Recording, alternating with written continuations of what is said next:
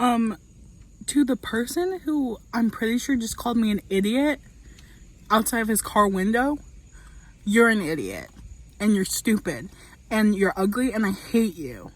Yeah, maybe I was driving like an idiot, but you're an idiot, so shut up. God. That really happened. This isn't like a fake thing that I made up. That really just happened to me. It's perfect timing. Really perfect timing for this video. Ah!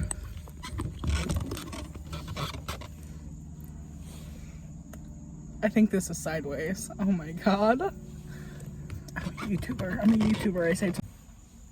Hello everyone. Welcome back to my channel. I have a microphone because I'm a fancy YouTuber.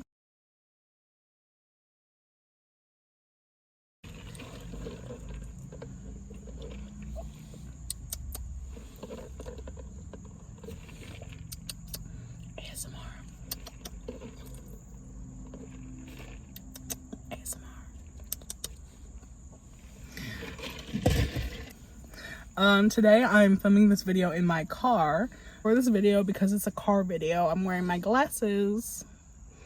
I usually just keep, so I have like a thing up here. I don't know. It's for sunglasses, I guess, but I usually just put my glasses in there because I'll lose them. And I need them to see. On my license, it actually says that I need corrective lenses, so I have to wear them when I'm driving. So I have to be honest with you. I'm not like a great driver. I really don't think that I'm a bad driver. I can drive, so I feel like I'm okay at driving, right? Because that's pretty much it, right? As long as you drive and you don't really hit anything, then you're a good driver, right? So I mean, I have hit a couple things, so I guess I'm not that great of a driver. There's a reason I'm a bad driver. It runs in my blood, okay? If my sister had her license, she would probably also be a bad driver. People have been making fun of my driving since I was in driving school. I took driver's ed in high school with like a bunch of my classmates over the summer. And, God, I passed the class, obviously, but everyone made fun of me because I was the only one in the class who didn't have previous experience driving. I was raised by my grandfather, and my grandfather wouldn't like let me drive the car at all until I went to this driver's ed course. So the driver's ed course teacher basically taught me how to drive. Like, people were like, my mom taught me how to drive. No, my driver's ed instructor taught me how to drive. Someone in my class, like, I was obviously the worst driver in the course because I had never driven before, duh. But my classmates thought it would be funny if they voted me worst driver. So for my senior superlative, I was voted worst driver. It's so annoying that people voted me worst driver because I had never driven a car before. So that's not really like, I feel like that's not really fair. All those other people like were farmers. They've been driving since they were 6 years old. So whatever. Not mad about it or anything. So maybe I'm not the best driver, but there's a reason for that, which I'm going to talk about in this video today. That's the whole reason why I'm making this video. The light is really just hitting my double chin. Ugh, God. Why? Curse of being fat, am I right? Let me just put my hand over my double chin. Okay, there we go. Oh my god, bug. You guys see that? That was a freaking giant bee. Oh my god, I hate bugs so much. What was I talking about? Oh, so I'm going to tell the story about how my grandfather crashed into 2 store windows. Picture this. It's a nice winter morning, maybe January, so it's not really snow I live in New York, so maybe not really snow on the ground, but very cold and kind of icy, all right?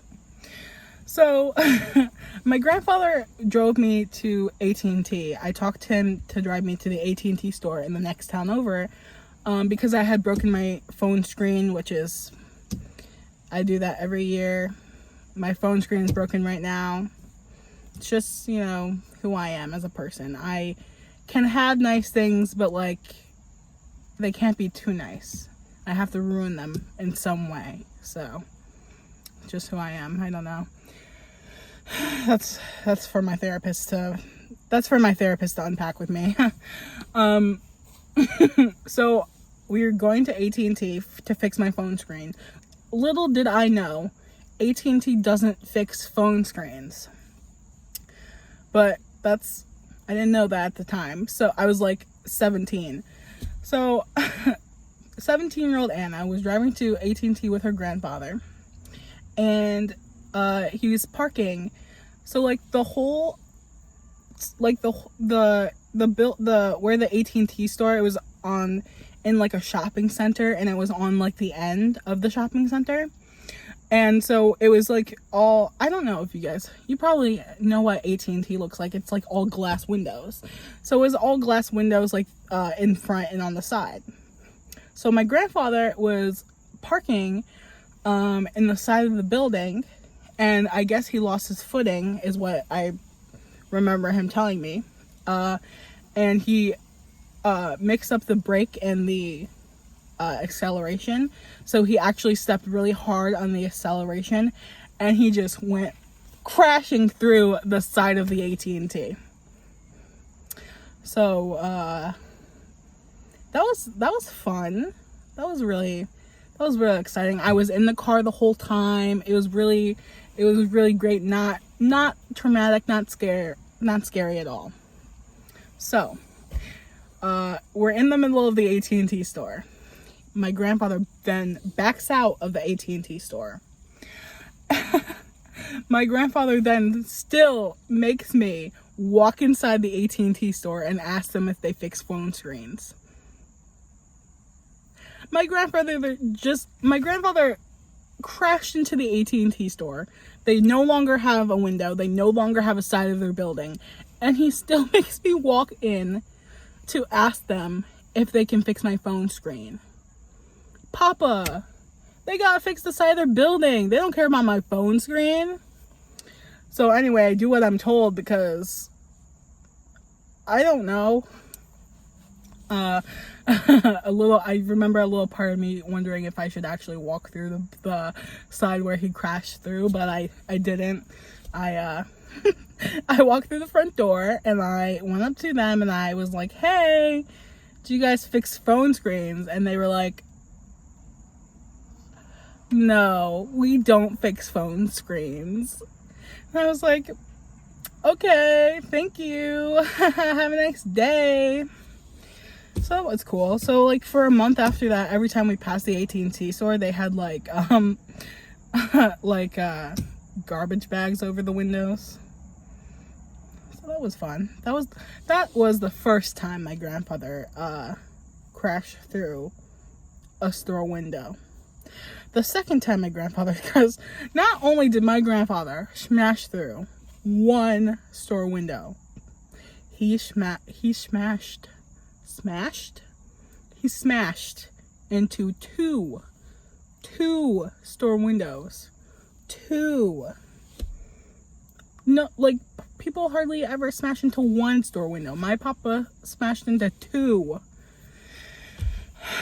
This one is like kind of worse, actually. So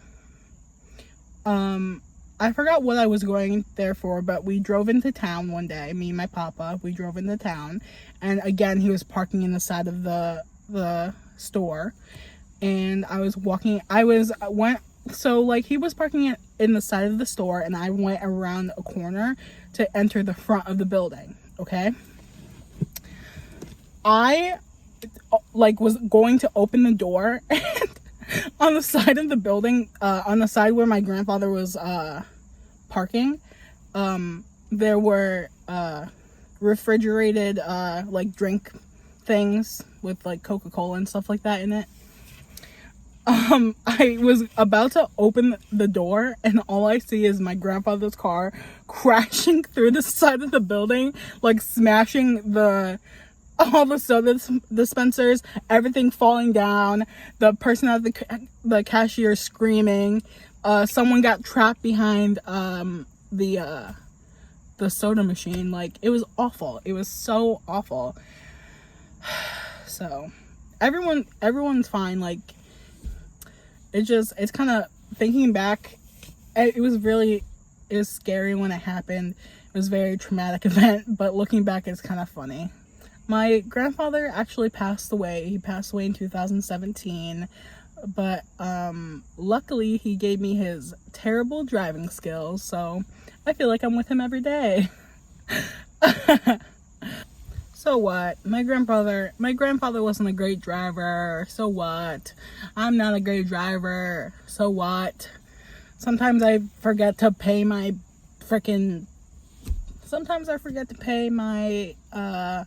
insurance. Sometimes I almost get my license suspended. Like, I'm young. I'm figuring it out, okay? No, it's very serious. So, here is some information that I have learned since I have owned a car. First of all, I think that I have been through some pretty rough things with my car. I feel like if there's anyone to give car advice, it's me. Because you want car advice from someone who has experienced stuff, right? And I've experienced quite a lot with my car because I'm an idiot who doesn't pay her car insurance. That's why. So first, rule number 1, pay your car insurance. Don't be an idiot like me. So that's the first lesson. Don't be an idiot, pay your car insurance. What happens when you don't, I live in New York State, so what happens when you don't pay your car insurance in New York State? If this is the first time I haven't paid my car insurance. I stopped paying my car insurance in July. So what happens is, because it's very expensive, I was paying $450 a month for car insurance. That's very expensive, and now I'm paying $350 a month for car insurance. Still expensive. A little bit less expensive, but still expensive. What happens when you don't pay your car insurance is the DMV is notified. And they'll send you like a couple of warnings, like, get car insurance or else, get car insurance or else. And I didn't listen to them. I looked online that if you don't pay your car insurance and it's been 90 days, under 90 days, and that's okay, you can get new car insurance, and that's okay. That's what I got from it anyway. That's not the truth, okay? The truth is, when you don't pay your car insurance, after it was I got a suspension notice a little bit under 60 days. What that means is, because I haven't paid car insurance, they wanted to suspend my license and registration for my car. If the DMV suspends your license or your registration, you always have to pay a fee to get it back. But if they suspend it for something like not paying your car insurance, I'm pretty sure you have to wait like a year. So this is my first offense, so I was able to buy new car insurance, and the DMV, when I called them, told me that I just had to pay a civil penalty, and I can drive my car like nothing's gonna happen. I don't have to send in my plates or anything. But he said that also, if this was like a second or third offense, then my license would just be suspended, and I wouldn't get a chance to fix it. Also, you can basically, this only is allowed to, I mean, it's not technically, it shouldn't happen. You should just pay your car insurance, but this type of incident is only allowed to happen once in a 36-month period. So let's say I would not pay my car insurance again, then the DMV would just suspend my license, and that's it. So pay your car insurance, folks. I don't fully own my car either. I'm financing it. Financing means I have a loan. I was able to get a loan on my car. My car was originally like $13,000 or something like that, and I pay for it every month. I pay about $350 every month for the car. I didn't pay my car loan for a little while either. And when you don't pay your car loan, so when you finance your car, that means that the bank owes your car and you have to pay the bank back every month plus interest. So I didn't pay my car for like 3 months or something like that. And they were going to repossess my car. So when your car gets repossessed, that's when the bank takes your car away from you. You can't get it back.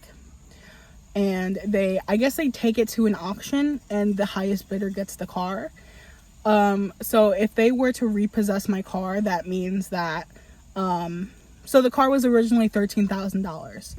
Let's say someone bought my car for $12,000. I would still owe $1,000 on the car. Whatever the loan didn't pay off is still, the loan is in my name with my social security number, so it's my responsibility.